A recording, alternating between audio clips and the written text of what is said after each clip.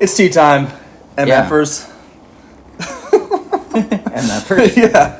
Is that what we call our audience now? Yeah, definitely. Yeah. I'm a child now, so I have to, be respectful. Well, welcome to episode 530. Our goal this year is to make it to 10,000 subscribers, so hit that subscribe button. Nice, We're asking in earnest now, so, Also get your cat's dog's lawyer to do it, but yeah. Indeed.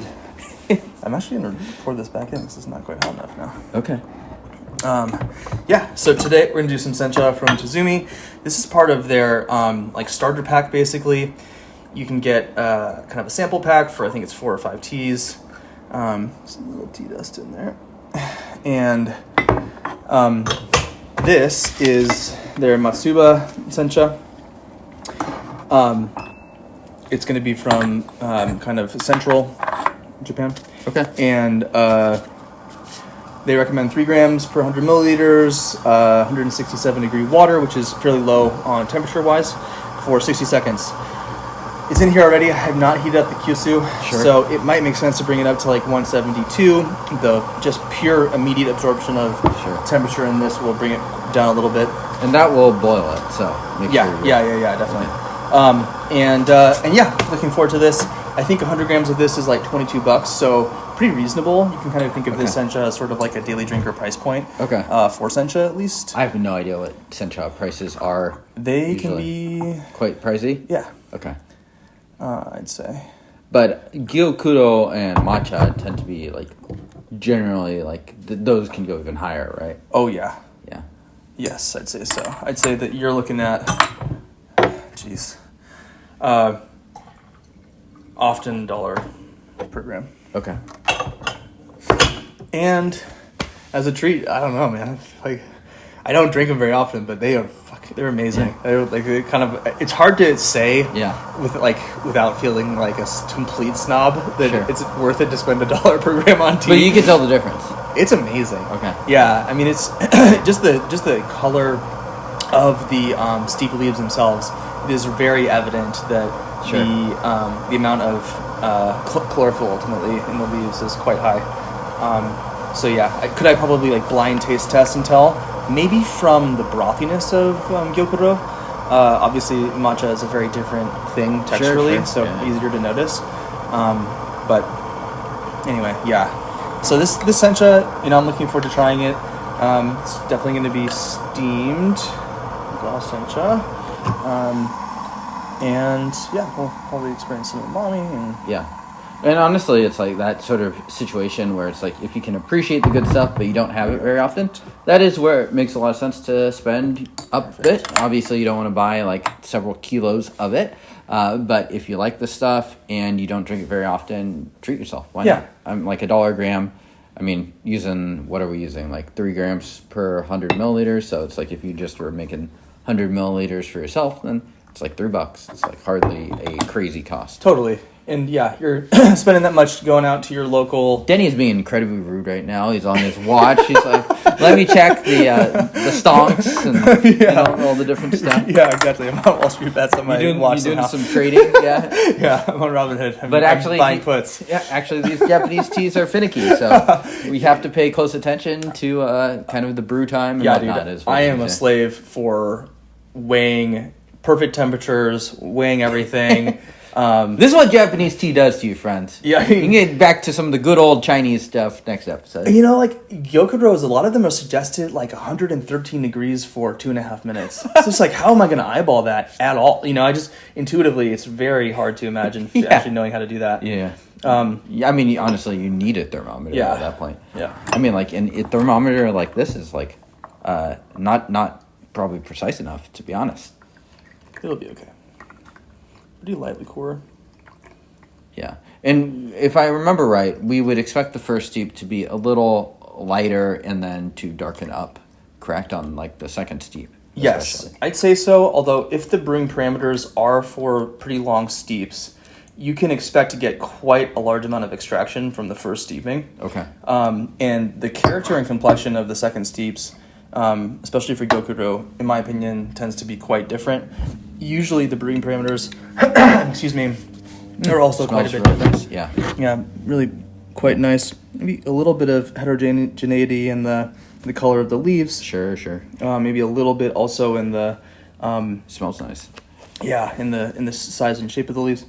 And Denny, I believe this is the first Tezumi tea we brought onto a normal episode. I know they've been kind of a fixture on some of your your Denny-sodes. Yeah. Have you had overall positive experiences with this brand? Yeah, definitely. I think they do a great job. I think also the site is really informative too. So if you're just getting Japanese tea, it's a great idea. Are they based in the U.S. or? I don't think so. That's a good question. I actually don't know. Okay. I don't think so. Shipping was not from Japan. Now I'm questioning it. Anyway, cheers. Yeah. Cheerio. Pip, pip. Pip, All the way down the hatch, good lads. This is very mild and smooth in like a good way. Yeah.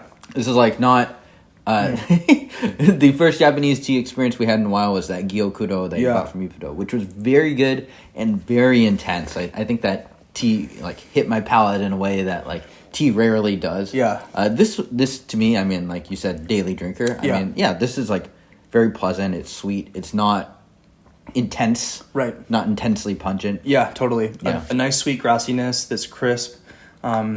Maybe a little bit of an oatiness thing. There's a little bit of an egg yolkiness thing to this. Good balance. I totally agree. Yeah, that's nice. Yeah. I mean, it says crisp and clear, and that sounds correct to me. Yeah. And maybe the viscosity on this might be a little bit less than some other senchas, depending again on the brewing parameters. Sure. You want to try to find the right balance of astringency, sweetness, intensity, viscosity. Sure. This one was not very astringent to me, at least. No. Yeah. Nice lasting sweetness. Yeah, really pleasant. And again, at a price point that is probably about the same cost as you going to get your coffee beans at something like Costco, frankly. So it might seem like a lot of money, but then you kind of grok how much you're spending on your normal right Starbucks or whatever. Yeah. And me personally, with these senchas, I find that 2 steepings is the right number. Okay. So we're just going to do 2. We'll just do 2 this episode. Okay. You can push them, and if I'm like, oh, that was incredible, I might let it hang out. But it does, again, depending on the brewing parameters, get a little astringent sometimes. Unlike a Chinese green tea, which you can kind of push with heat, push with time, and you won't quite notice the astringency. Just purely on a surface volume, surface area basis of these tea leaves, there's so many tea leaves themselves. They're processed into very small pieces, so they expand very quickly. They infuse into the water extremely quickly as a result. So it's much, I think the rate of kind of extracting those catechins that are astringent is going to increase dramatically compared to something like a Chinese green tea. Interesting. Okay. A little bit hotter water here, so let this hang out for a second. Yeah. Mom test? Good question. I don't know, actually. Possibly. I wonder, it's kind of a question of the bitterness, because there's a little bit of a crisp, grassy bitterness in this, of course, that you're going to find in all green tea, but maybe a little bit of a sharpness to that. Sure.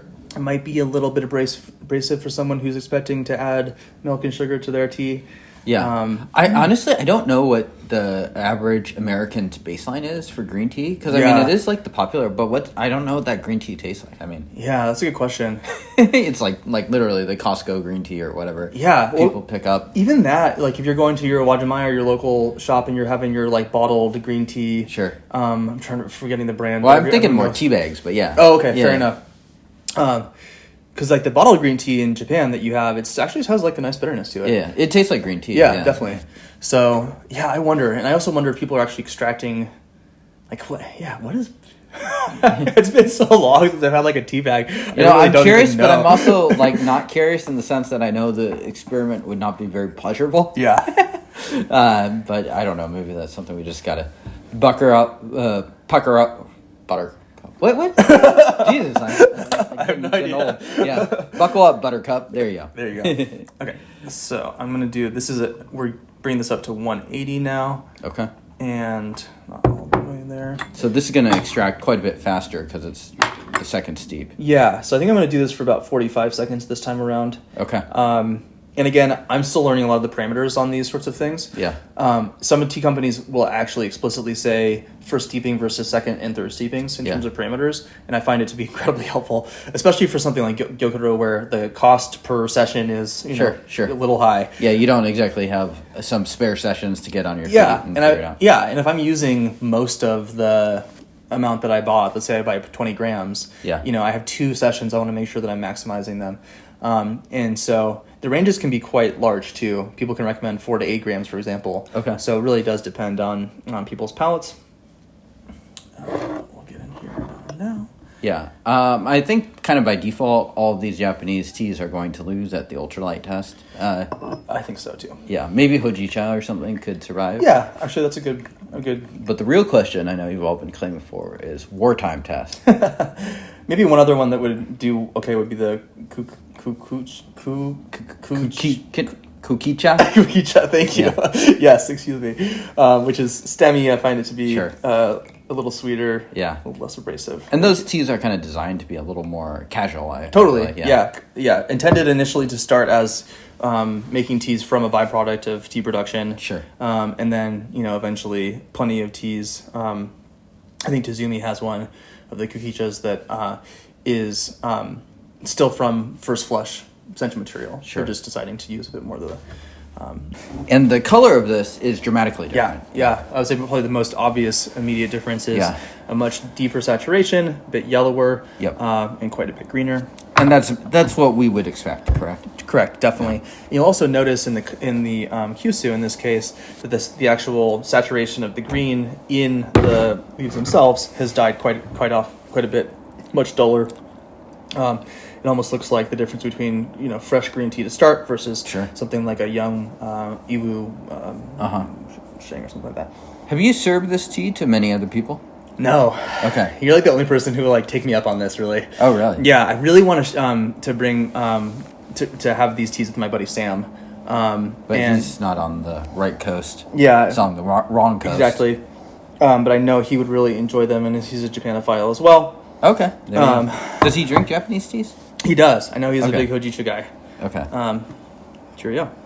Come on, Sam. Get serious with your Gyokudo or something. Doggram or nothing. Yeah. Pip, pip. Cheerio. Yep, definitely a little more bitter on this one. Mm-hmm. But a little bit more umami, too. A little bit of a saltiness. Yeah. Still nice sweetness. It's always interesting to me how different these steeps are 1 to 2. Yeah. It's like I could see someone dramatically preferring steep 1 and it's almost like a different tea. Totally. Yeah, no, I agree. And sometimes it's like hard to imagine doing it just stopping at 1 steeping for some of these teas. Yeah. Because they're so good. But they are so different. It's like I want to like leave my session with that first steeping in mind and in my mouth and throat and stuff. Yeah. So, crisp. Yeah. Nice. Maybe a slight hint of some fruit. Maybe like a lychee thing a little bit. Yeah. It kind of leaves this really nice kind of crisp flavor on your mouth. Just like kind of like spring air. Maybe it's just because we're filming this in March too, but yeah. How would you describe the viscosity on this out of 10? If you had to give it a number. 5, 4? Yeah. 4, 5. Yeah, me too. I was sort of thinking internally, like how I've been using a numbering system for describing viscosity on the in between the Denny sodes. Yeah. And I'm sort of like wondering, like, what is a 10? And it's like, I forgot about it for 3 days, ripe. Or like a really old one that you push like very hard. Yeah. And I mean, those are the sorts of teas you could push. If you push this really hard, good. I mean, geez. I hope you're fighting an award to distract you from the different flavors you're getting. Yeah. What do you think? Wartime test. I don't know. The second steep probably more than the first. The first one was definitely on the more delicate side. Yeah. I don't know. I'm not sure. I don't know if this passed the wartime test. What do you think? I agree. I don't think it's quite there. It's not super hype me up. It's a bit more casual, a bit more relaxed. I'm really enjoying the ongoing sweetness and a little bit of bitterness. Maybe a bit more fruit on this one for me now. So let me ask you this. Which steep do you prefer? 1 or 2?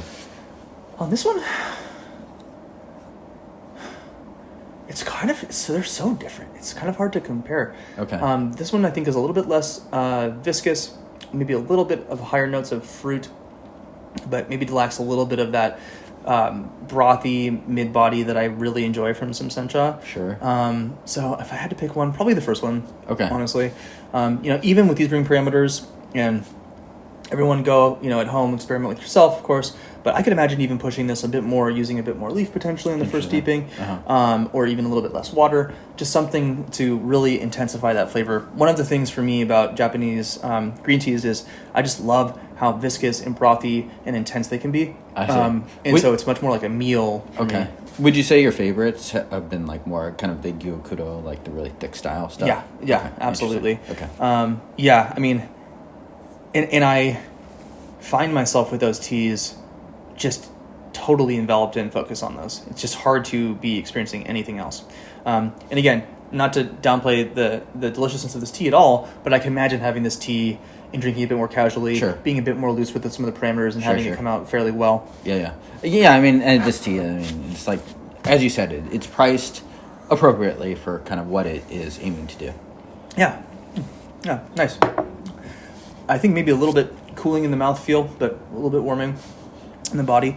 Overall, really nice. And again, this is a great Tezumi, and I love brands doing this more and more, creating kind of a starter kit, a starter package, so that someone like me who's, I've had quite a bit of tea, I'm going to be able to really appreciate and enjoy the tea, but I still, want to learn about all these different types of processing styles and the impacts on the flavors. Yeah. What else is in the package? So. Oh my gosh! I'm guessing some hojicha. Hojicha. Yes, definitely the hojicha, kukicha, and this one. There was no genmai-cha. I'm trying to remember the other ones. There was no gokuro. Okay. There are two other kinds. One starts with a K. Kaimuchicha. Okay, look it up. Yeah. It's a good way to get a variety of different Japanese exactly. experiences. And again, at an affordable price point. So if you're a Sencha lover, check this out. Like James said at the start of the video, subscribe. If you are a Japanese tea lover, we're doing a one Japanese tea episode per week at this point. Trying to make sure I can get the scheduling right for the in-between episodes to be able to do that for everybody. So check those out. I don't have the exact day planned yet, but I'm thinking Mondays. Okay. I mean, if there's a day Denny needs me to fill on the Japanese green teas, then good luck. He's like, sorry, James, can't do it. It's like, see what you got there. Like, oh, shit.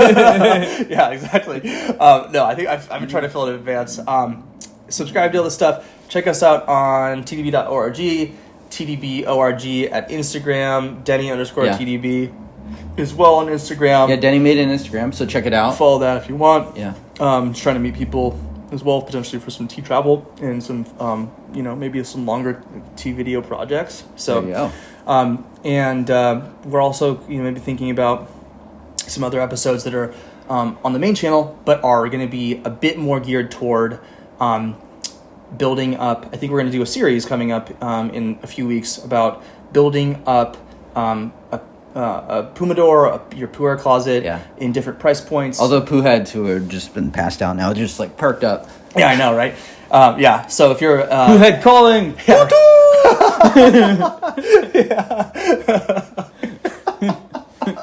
Okay, add that to the April Fool's list. Anyway, subscribe, do all this stuff. Send this to your dog's ex-wife's therapist.